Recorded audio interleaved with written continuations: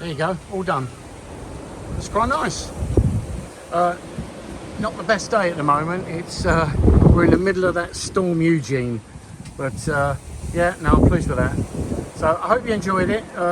Any advice I can give, please ask, and I'll leave a link in the description of where I got all the bits. All right, take it easy. See you on the next one. Wood is going to be just too expensive, so this was only about £6 from the wood yard, an off-cut. So it was square. I've now cut it. This is 22 inches wide, which gives me about a ½ inch lip around the fire pit. So I've rubbed it all down, rubbed the edges, cut it fairly carefully with the jigsaw, and I'm going to create this, I don't know if you can see it, this little yin yang type thing. So I'll have sort of a darky bluey sort of beachy area, and then a sort of like I say, a lava flow type thing. Making the yin yang pretty simple. I'll show you how to do it. So what you need to do, you need to find the edge, find the middle, the direct middle of the, this is only a rough way of doing it, all right? It doesn't have to be that accurate because I'm not doing it accurately. So basically you measure the center, and then you measure the center between that one, and then the center between that one and that one, which is there. And then all you do is you put your nail on the dot you've made there to your center mark, like that. Yeah, and then you draw one, and then you go to the other side exactly the same way, then you go two, and then it creates that yin yang shape. Okay, once in the studio, put down some plastic sheeting, otherwise the stuff will go everywhere. I put 3 little tubs there just to rest the top on, and it's important that this has to be dead level, because if you're using resin, then if it's just slightly out, it's gonna veer off, and you'll end up a thick piece on one end and a thin piece on the other. So it has to be absolutely dead level. When I first mixed up the first resin, I made a right balls up. This is what it looked like that. Reason for that is another one here as well. The reason for that is I mixed it up. I did get the wrong resin. I got a sort of a clear coat resin, which is only supposed to be about 2 millimeters thick. So I mixed it up, left it in the jug because it was very thin. I thought I'd give it a go and leave it for a little while. This is the stuff I got. But it didn't work. After about 10 minutes, it just went all over the place. So I bought some other stuff, of which I'll show you in a minute. This stuff is stuff I've used before, and it's very thick, which is what you need, because when you're doing what I'm just about to do now, it needs to be mixed up well. Mix it up slowly. The reason I'm heating it there is because it's very cold in that cabin, so I just wanted to heat it up a little bit because it's very thick. So I mixed it for about 3 minutes and then added the paint.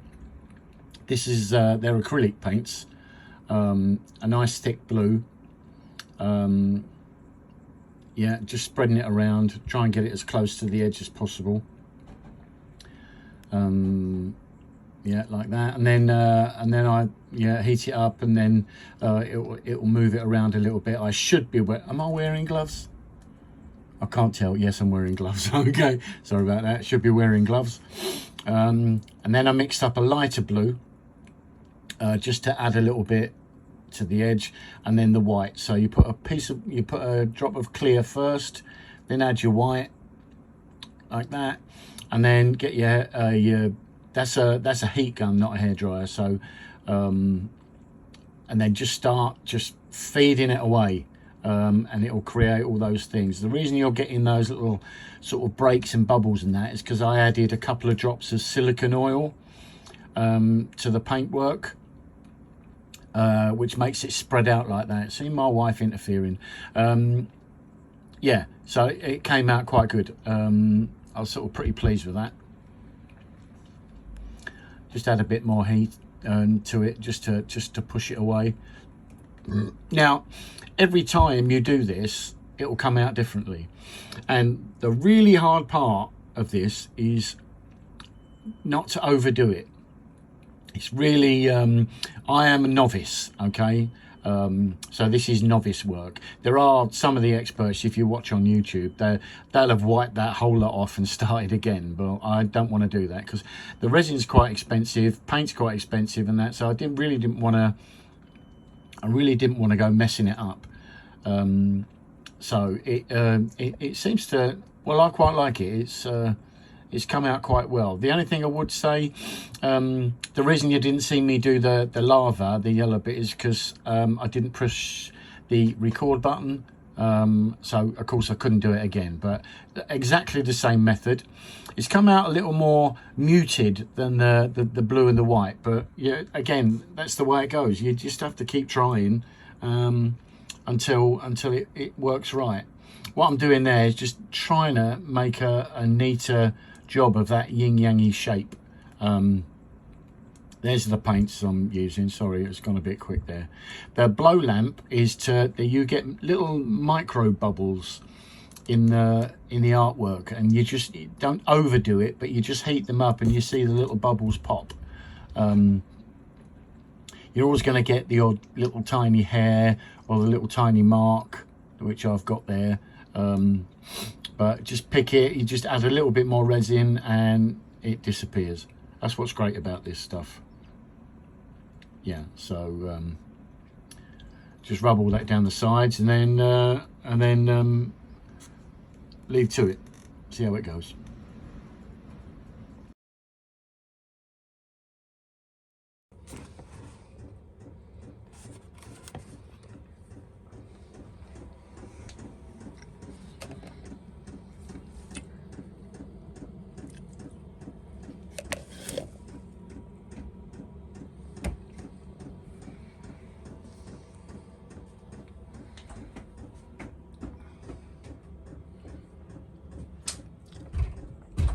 See my dragonfly?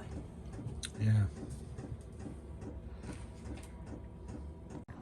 This is the state it looked when it exploded in the jug. No, not very good.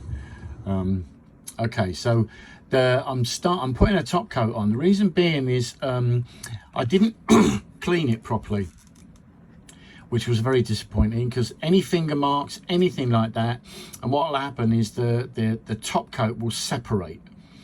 And as you can see, what I'm doing here is this is the top coat I put on, and it was going fine. It was going fine. Again, I've got my gloves on there. You should really, if you're going to do this a lot, you should wear a mask as well, to be honest, but I've got the windows open and the door open and stuff like that, so I'm leaving it to him. But I did this and I didn't really clean it properly, and I got some, they're like dimples. You get little dimples in the resin. I'm not even sure you're going to see them, but you get dimples, and there's nothing you can do about it. I tried adding some more resin on. They're not coming up yet, so wait and see. I'm a messy sod. The flipping resin was going everywhere, all over the floor, look, all down the back. Oh dear, oh dear. My wife went batty, but there you go. You learn something new every day. So I'm getting these little divots, mainly in the sort of the lava area. There's just heating it up a bit. But when you get these divots, no matter how much resin you put back in, because you've got finger marks and it's like a oil on your fingers, it just separates. And there's absolutely nothing you can do about it. Look, see, it just popped up there, and there's nothing you can do. The only thing you can do is to let it dry. Yeah, let it dry completely. I keep trying, but it just will not, they just won't go. So you have to let it dry completely, and in the next part of the video you'll see that it's best to rub it down. Just take the gloss off slightly, rub it down, and then get a good dollop of pure alcohol, isopropyl I think it's called. Rub it down so you've got absolutely no finger marks in there at all, and then once the top coat goes on, it should be nice and smooth. So yeah, I'm still still none the wiser at the time, but you know, this is the thing when you're doing something new, isn't it? You try these things and sometimes they just don't work out properly. But I kept going, but it just failed to cover it. So I'll have to let it dry.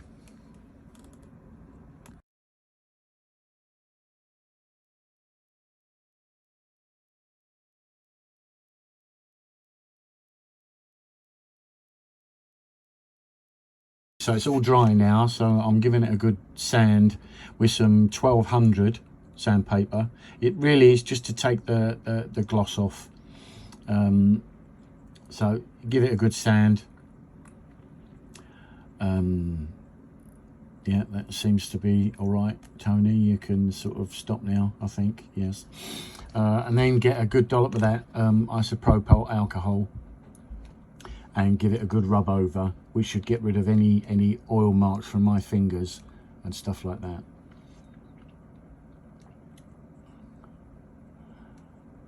Best way to do it, just don't touch it. See the divots? They don't look good at all. But once the top coat's on, it comes up all right. So it's pretty good. So we're just going to run through. I'll speed it up a bit. And put the top coat on. Make sure it's obviously level. The stuff I'm using for the top coat is, you know what, I paid, I think it was 50 quid that lot for 3 kilos. So I may as well use it. You can see how thin it is when it comes out. So it is only good for top coats, or if you're doing things like earrings and stuff like that. It's pretty good for that sort of thing. But as I say, if you leave it in that jug, because it's so thick, the exotherm consistencies of it will make it heat up, and it doesn't explode, but it just starts to bubble up. So really you need to mix it for about 3 minutes and pour it on straight away. So it's coming on now. Basically just get it all to the edge, heat it up with the paint gun, which will get rid of those micro bubbles, loosen it up a little bit, as you can see there.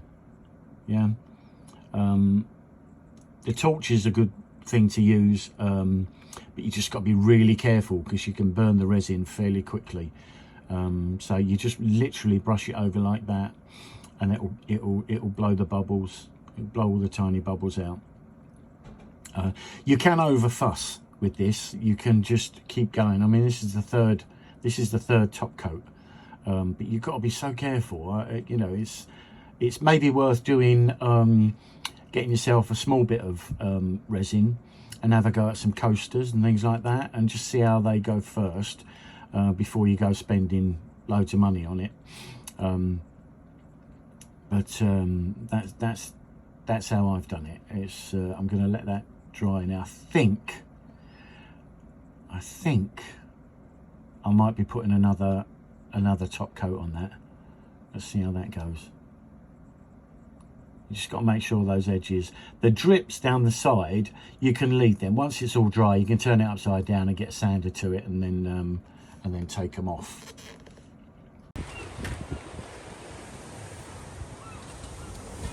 There you go, all done. It's quite nice. Not the best day at the moment. It's we're in the middle of that storm Eugene, but yeah, no, I'm pleased with that. So I hope you enjoyed it. Any advice I can give, please ask, and I'll leave a link in the description of where I got all the bits. All right, take it easy. See you on the next one.